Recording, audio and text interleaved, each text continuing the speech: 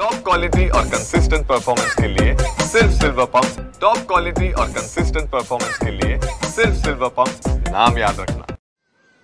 मुंबईमध्ये आज पुन्हा एकदा ढगाळ वातावरण पाहायला मिळतं। हवामान खात्याने दिलेल्या अंदाजानुसार मुंबईमध्ये हलक्या पावसाची शक्यता व्यक्त करण्यात येते। मी सध्या मुंबईच्या कुर्ला नेहरूनगर परिसरामध्ये आहे आणि या ठिकाणची स्कायलाईन आपण पाहू शकता। बीकेसीची स्कायलाईन आहे आणि या ठिकाणी आपण स्पष्टपणे पाहू शकतो की ढगाळ वातावरण निर्माण झालेलं आहे। त्यासोबतच दृश्यमानता काही अंश कमी सुद्धा झाल्याचं स्पष्टपणे पाहायला मिळते।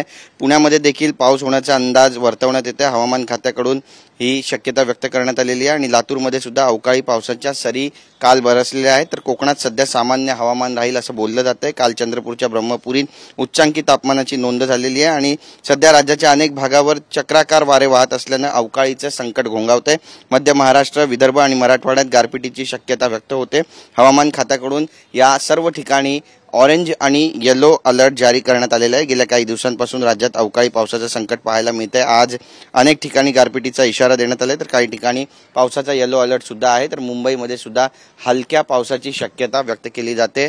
दमट वातावरण जे आहे ते सध्या अनुभवायला मिळते आणि त्यामुळे मुंबईकरांनी आपल्या आरोग्याची काळजी घ्यावी असं आवाहन महानगरपालिका आणि आरोग्य विभागाकडून सुद्धा करण्यात आलंय। कॅमेरा पर्सन खंडूसह गिरीश गायकवाड, TV9 मराठी, मुंबई।